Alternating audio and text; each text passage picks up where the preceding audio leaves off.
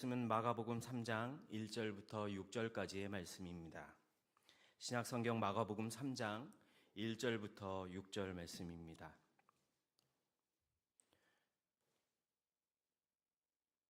이 계시의 말씀을 읽을 때 살아계신 하나님의 음성을 듣는 귀한 시간이 되기를 소망합니다. 1절부터 교독하겠습니다. 제가 먼저 1절을 읽겠습니다. 예수께서 다시 회당에 들어가시니 한쪽 손 마른 사람이 거기 있는지라.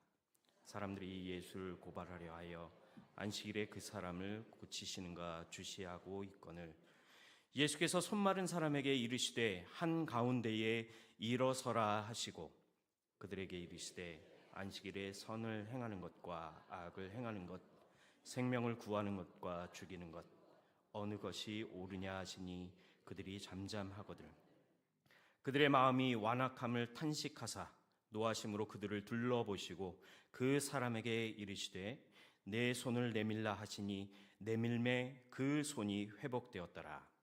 바리새인들이 나가서 곧 헤롯 당과 함께 어떻게 하여 예수를 죽일까 의논하니라. 아멘.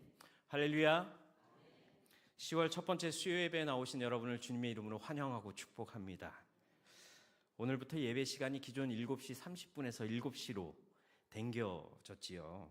시간이 변경되다 보니까 예배 시간이 좀 새로운 그런 느낌이 드는 것 같습니다.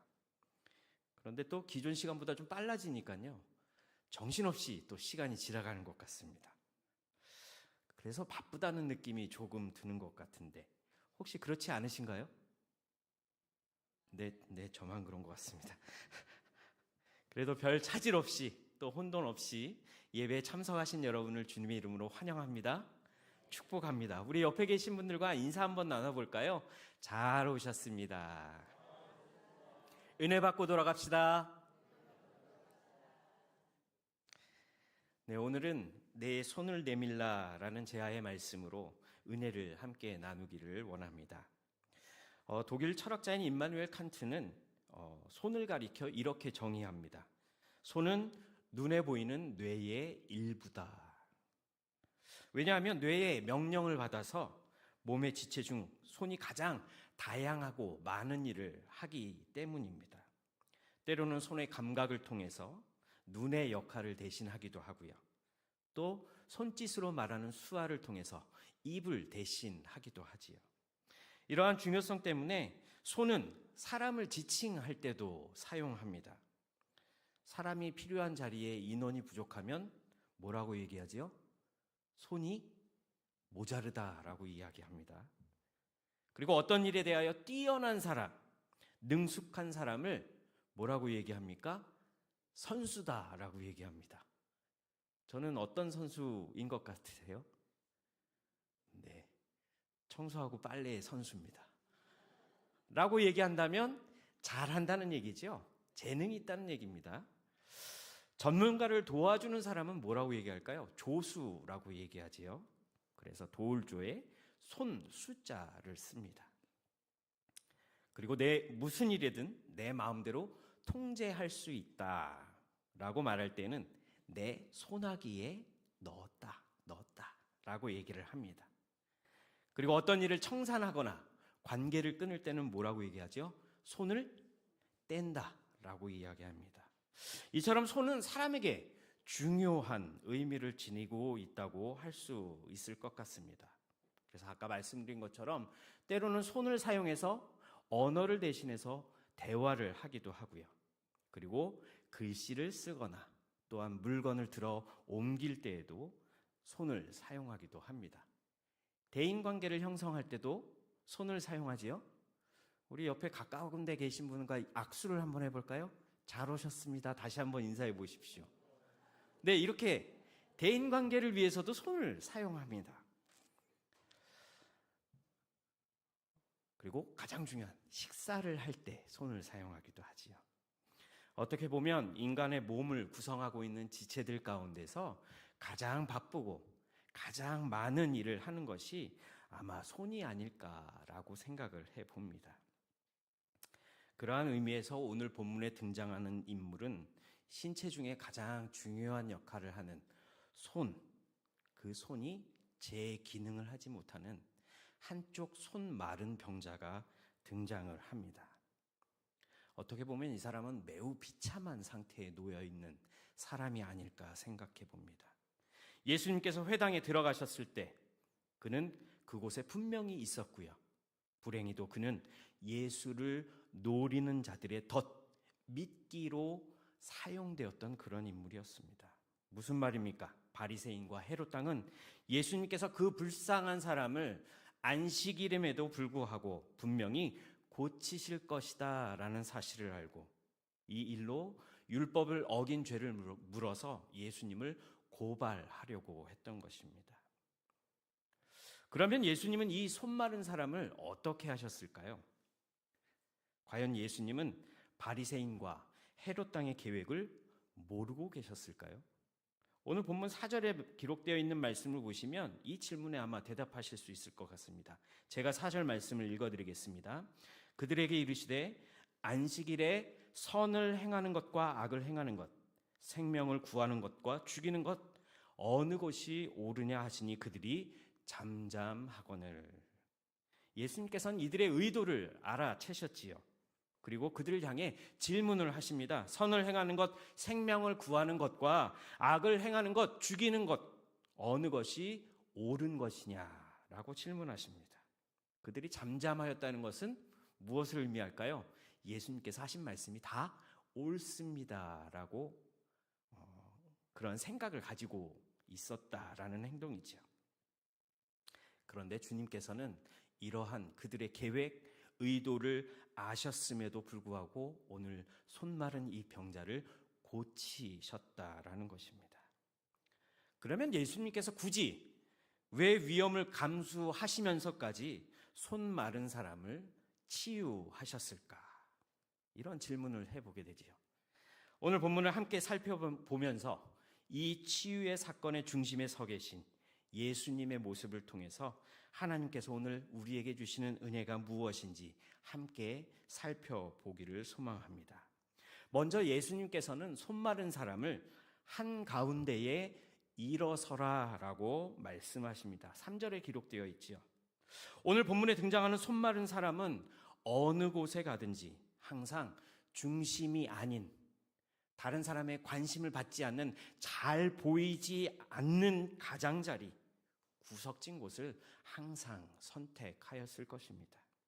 왜냐하면 남에게 보여주고 싶지 않은 자신의 육신의 연약함, 손 마른 것을 보여주지 않으려고 했기 때문이었습니다. 그래서 남의 시선과 관심을 받지 않는 구석자리가 그에게는 아마 가장 평안한 그러한 자리였을 것입니다. 이것은 남에게 노출되기 싫어하는 일종의 자기 보호 본능이 아닐까 생각해 봅니다. 그래서 자신의 위축되었던 심리적 안정을 찾기 위해 일부러 벽이 있는 곳이나 아니면 다른 사람의 관심이 없는 곳에 분명히 자리를 잡고 있었을 것이라는 말씀입니다. 그런데 오늘 본문에서 예수님은 오늘도 여전히 구석자리에, 관심이 덜 가는 자리에 서 있는, 앉아 있는 그를 사람들이 가장 잘 볼 수 있는 자리, 사람들이 주목할 수 있는 자리, 그 자리가 어디라고요? 한가운데에 중앙으로 나와라 라고 말씀하시는 것입니다. 이때 손 마른 사람의 반응은 어떠했습니까? 본문 말씀을 읽어보시면 즉시 예수님의 부르심을 듣고 가운데의 자리로 나아갔다. 그리고 어떤 결과를 얻게 되지요? 예수님께서 치유해 주시는 놀라운 역사를 어떤 자리에서요? 주님의 그 명령을 따라 순종한 자리에서 경험할 수 있게 되었다라는 것입니다. 중국 선교에 헌신한 선교사 허드슨 테일러가 한 청년으로부터 이런 질문을 받았다고 합니다. 저도 이제부터 세례받고 본격적인 신자가 되고 싶습니다. 그러기 위해서는 성경을 제가 얼마나 읽어야 될까요? 또 신앙생활은 최소 몇 년 이상 해야 할까요? 이러한 질문을 한 청년을 향해 테일러 선교사님은 다시 질문을 합니다. 촛불은 언제부터 빛을 발할까요? 빛을 언제부터 비출 수 있을까요? 그러자 청년이 이렇게 대답합니다. 그야 양초에 불을 붙이는 순간부터 초는 빛을 내기 시작합니다. 그 말에 테일러 선교사는 얼굴에 미소를 띄우며 이렇게 말했다고 합니다. 신앙도 그와 같은 것이요. 하나님의 부르심에 응답하는 그 순간부터 우리의 삶은 크리스찬으로서, 그리스도인으로서 빛을 발하는 것입니다. 성경의 지식과 신앙의 연륜은 그리 큰 문제가 되지 않습니다. 주님께서 말씀하실 때, 그 말씀하심에 응답할 때 이미 그리스도인의 삶은 시작되고 있는 것입니다. 그렇습니다. 우리 하나님의 자녀들은 하나님의 부르심에 즉시, 즉각 응답하고 반응을 보여야 된다는 사실을 기억하시기 바랍니다. 예수님께서는 오늘 손 마른 사람의 부족함을 채워주셨고 그의 질병을 고쳐주시기로 작정하셨고 이러한 결심 가운데 손 마른 병자를 어디로요? 한가운데로 부르셨다라는 것입니다. 그리고 주님의 부르심에 그가 응답하였을 때 구석에 앉아있던 손 마른 사람은 중심으로 나와 그의 연약함이 온전함으로 바뀌게 되는 역사를 경험할 수 있었다는 것입니다. 우리도 저와 여러분도 손 마른 자와 같은 삶을 살고 계시지는 않는지요? 인생이라는 바다에서, 인생이라는 여정 가운데 우리가 만나는 여러 문제와 고통, 고난과 상처 가운데서 우리의 삶은, 우리의 마음은 잔뜩 오그라들었고 말라 버리지는 않으셨는지요? 그래서 자꾸 안으로만, 자꾸 나에게만, 자꾸 우리 가족에게만 오직 안쪽으로 향해 잔뜩 오그라든 손 마른 자와 같은 우리의 모습, 우리 자신을 오늘 말씀을 통해서 발견하게 되는 것이지요. 말라버린 우리의 삶 가운데 오늘 손 마른 자를 부르셨던 주님께서 우리를 향해 나지막한 음성으로 저와 여러분의 이름을 부르고 계신다는 사실을 잊지 마시기 바랍니다. 오늘 본문을 묵상하면서 주님의 그 부르심이 우리 귓가에 들리는 것 같습니다. 나의 부족함과 연약함, 너의 부족함과 연약함 모두 들고 누구 앞으로요? 주님 앞으로 나와라. 우리를 향해 말씀하시는 것입니다. 오늘 혹시 우리 가운데 손 마른 사람과 같이 연약함과 부족함을 가지고 이 자리에 나오신 분이 계실까요? 혹시 예수님께서 만져주셔야만 해결될 문제를 가지고 나오신 분이 계신가요? 혹시 지금 구석진 곳에서 사람들의 시선을, 주님의 시선을 피하여 앉아 계시는 것과 같은 그런 마음을 가지고 나오신 분이 혹시 이 자리에 계신가요? 오늘 주님께서 저와 여러분을 부르실 때에 가운데로, 중앙으로 나아가시기를 바랍니다. 예수님의 우리를 향한 음성에 즉각 반응하시기 바랍니다. 그때 손 마른 자에게 역사하셨던 주님의 놀라운 역사가 오늘 여러분과 제 삶의 현장에서 동일하게 재현될 줄 믿습니다. 둘째로 예수님께서는 손 마른 사람에게 손을 내밀라고 말씀하십니다. 예수님께서는 손이 오그라들어 내밀 수 없었던 손 마른 사람에게 손을 내밀라라고 말씀하십니다. 그러면 예수님께서 이렇게 그를 향하여, 손 마른 병자를 향하여 손을 내밀라고 말씀하신 이유는 과연 무엇일까요? 예수님께서 많은 사람들 앞에서 장애를 가지고 있는 그에게 수치와 모멸감을 주시기 위해서 그의 손을 내밀라고 말씀하셨을까요? 아니지요. 그렇게 하신 이유는 무엇일까요? 냄새나고 부끄럽고 감추고 싶은 병든 손을 내밀어야만 예수님의 치유하심을 경험할 수 있기 때문이었습니다. 치유받아야 할 부분을 드러내야만 치료가 가능하다는 것이지요. 썩어 들어가는 환부에서 좋지 않은 냄새가 난다고, 부끄럽다고 의사 앞에서 자신의 환부를 감춘다면 치료와 회복은 불가능하게 되는 것입니다. 비록 사람들 앞에서, 예수님 앞에서 내어놓기 부끄러운 손일지라도 오늘 예수님께서는 그의 손을 치유하시기 위하여 손을 감추지 말고 손을 주님 앞에 내밀어라 라고 말씀하시는 것입니다. 여러분들 혹시 사해 가보셨나요? 저도 못 가봤습니다. 사해는 어떤 곳인가요? 죽은 바다라는 의미지요. 염도가 매우 높아서 우리의 몸이 잘 가라앉지를 않는다고 합니다. 저도 한번 언젠가 시간이 되면 경험해 보고 싶습니다. 그래서 사해 어느 곳이라도 깊은 곳에 들어가도 위험하지 않을 것 같지만 사실 물에 들어갈 때 반드시 지켜야 할 수칙이 있다고 합니다. 그게 뭘까요? 아이러니하게도 절대로 헤엄을 쳐서는 안 된다고 합니다. 물에 잘 뜨니까 아무거나 해도 상관이 없지 않을까요? 그런데 헤엄치지 말아라 라고 규칙에 정해져 있다고 합니다. 수영 금지한다라는 말이죠. 사해는 부력이 워낙 높아서 가만히 누워만 있어도 저절로 몸이 물에 뜨지만 물에 빠질까봐 걱정하며 염려하며 몸에 힘이 들어가기 시작하면 어떻게 돼요?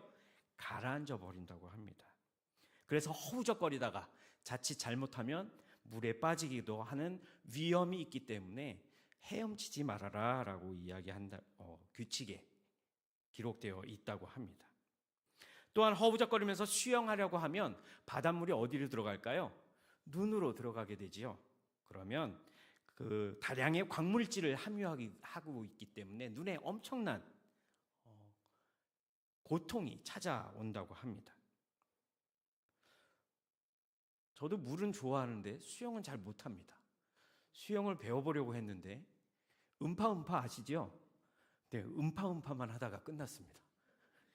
왜 물에만 들어가면 몸이 굳어지는지, 왜 그럴까요? 안 움직이고 힘을 줘야 꼭 빠져나올 것 같은 그런 느낌이 드는 거예요. 그러다 보니까 저희 아내는 수영의 고급반인데 옆에서 이렇게 보면 로봇가 수영을 하는 것처럼 보인다고 그렇게 이야기를 합니다. 수영한다고 첨벙거리면 사해에서 그러면 자신이나 또는 옆에 있는 사람에게 물이 튀기게 되고 그것이 눈에 들어가면 엄청난 고통을 가져다 주기 때문에 수영하지 말라고 하는 것이라고 합니다. 결국 모든 사람이 반드시 지켜야 할 규칙은 힘을 빼고 어떻게 해요? 바닷물에 몸을 맡기고 누워야 안전하다라는 것입니다. 이것을 지키지 않는다면 사고가 발생하게 된다는 것이죠. 아무리 쉬워 보이는 것에도 분명히 반드시 지켜야 할 규칙이 있는 것처럼 저와 여러분의 신앙에도 흔들리지 않는 믿음을 유지하기 위한 유일한 방법이 있는데 그것은 바로 우리의 구원자이신 예수 그리스도께 우리 자신을 드러내고 그리고 우리 자신을 주님께 맡겨야 한다는 것입니다. 주님께서 원하시는 사람은요, 건강한 사람, 활력이 넘치는 사람, 유능한 사람만 원하시는 것이 아닙니다. 주님께서 찾으시는 사람은 바로 자신의 부족함을 알고 하나님께 아뢰며 도우심을 구하는 기도의 사람, 자신의 연약함을 알고 하나님 나를 고쳐주시옵소서, 나를 만져주시옵소서, 그리고 모든 것을 맡기는, 뭘로 맡겨요? 믿음을 가지고 맡기는 그러한 하나님의 자녀를 하나님은 찾으시고 원하신다라는 것입니다.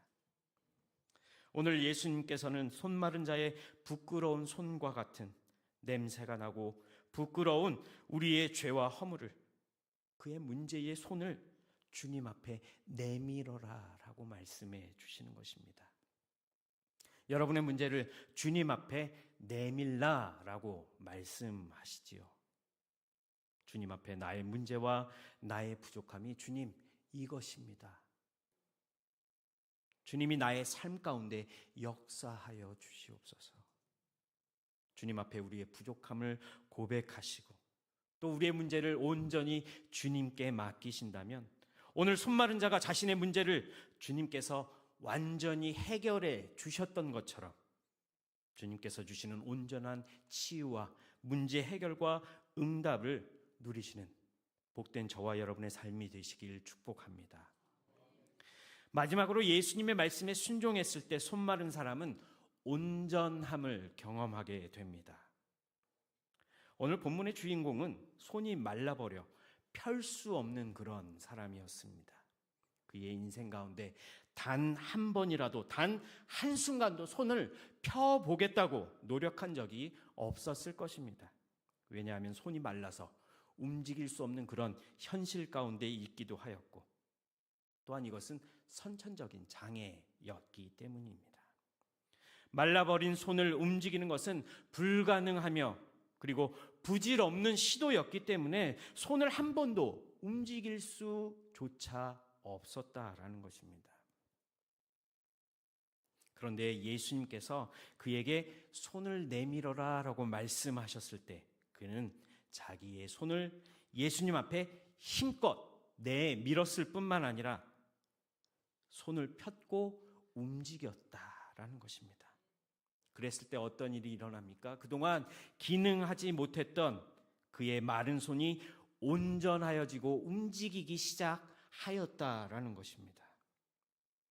그의 눈앞에서 자신이 가지고 있던 장애가 완전히 회복되는 놀라운 역사를 직접 보게 되었고 경험할 수 있게 되었다는 것입니다.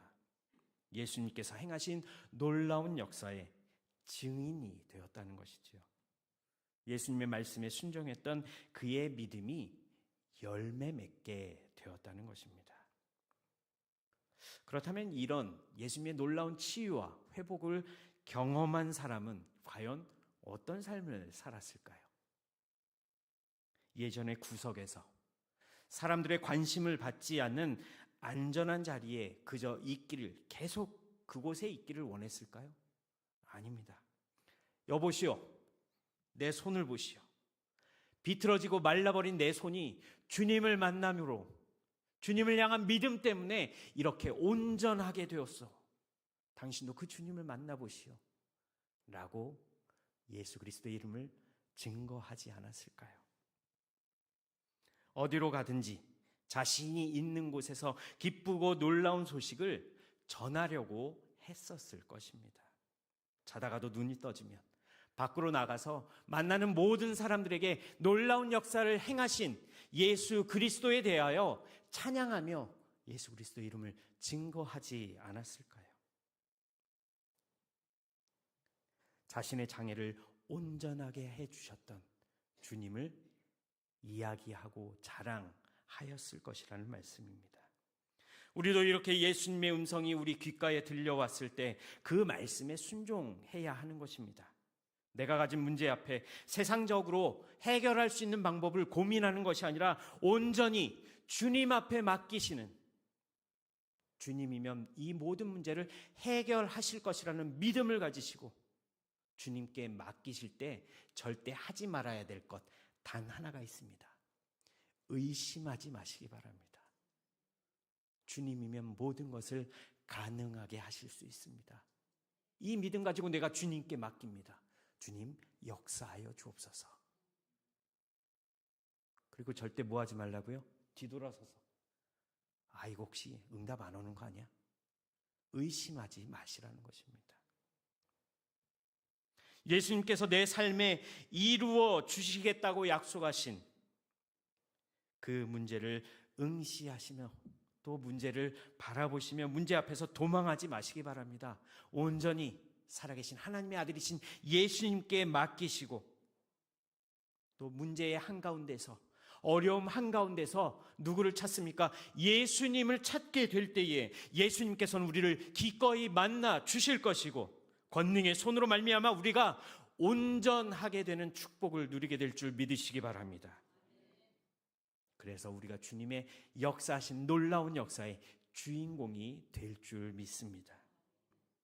오늘 본문의 주인공처럼 메말라버린 손처럼 부족함과 연약함을 가지고 있는 우리를 주님께서는 친히 찾아와 주시고 만져주시고 치유해 주시는 은혜로 말미암아 우리가 가지고 있던 예전의 믿음, 우리가 처음 만났던 그 예수님을 향한 기쁨과 사랑과 즐거움과 행복이, 그리고 믿음과 신앙이 다시 회복되어지는 줄 믿으시기 바랍니다.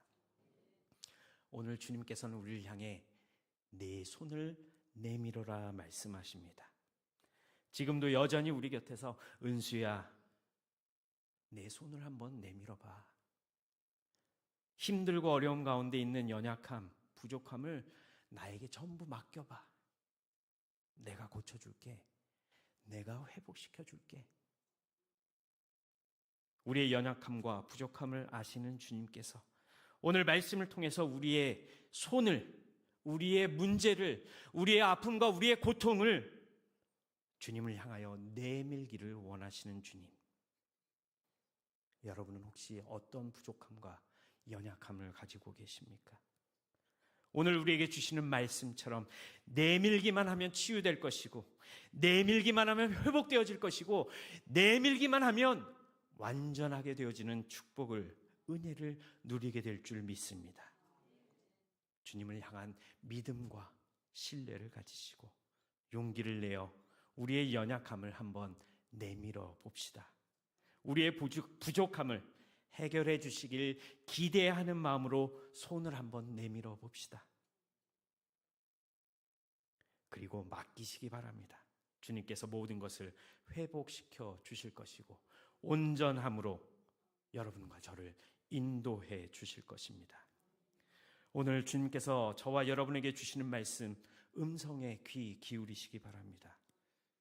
오늘 주님께서 여러분에게 하시는 말씀은 음성에, 주님의 그 부르심에 응답하며 순종하기를 원하시는 주님의 마음이 이 말씀 가운데 들어있는 것입니다. 그래서 이 말씀에 순종하시는 저와 여러분의 삶이 되시길, 그리고 주님의 만져주심으로 인해 새롭게 되는 은혜를 누리시길 주님의 이름으로 소망합니다. 주님께서 붙들어 주심으로 말미암아 우리의 삶이 온전하여질 것이고, 날마다 주님이 주시는 은혜 가운데 회복과 승리의 삶을 살아내시는 저와 여러분의 삶이 되시길 간절히 축원합니다. 기도하겠습니다. 사랑의 아버지 하나님, 주님의 부르심에 응답하며 이 예배의 자리에 나왔습니다. 한쪽 구석이 우리의 예배의 자리가 아니라 한가운데 우리가 서게 하시고 온전히 하나님께 예배하는 예배자가 되게 하여 주옵소서. 주님을 향하여 우리의 손을 내밀어 주님의 만져주심과 치유하심, 회복해 하심의 놀라운 은혜를 경험하게 하옵소서. 우리의 문제가 더욱 주님을 바라보는 기회가 되게 하시고 주님의 부르심에 즉시 응답하여 살아계신 하나님의 말씀이 우리의 삶 가운데, 우리의 가정 가운데, 우리의 자녀들 가운데, 우리 교회 가운데 역사하시는 하나님의 말씀으로 받게 하옵소서. 우리의 필요를 아시고 채워주시고 인도해 주실 주님을 기대합니다. 항상 주님의 말씀을 순종하는 우리 모두가 되게 하여 주옵소서. 손마른 병자가 주님의 말씀에 순종하였을 때 그의 손이 온전하게 회복되는 은혜를 경험하였던 것처럼 우리도 동일한 은혜를 누리게 하옵소서. 말씀대로 역사하시는 살아계신 예수 그리스도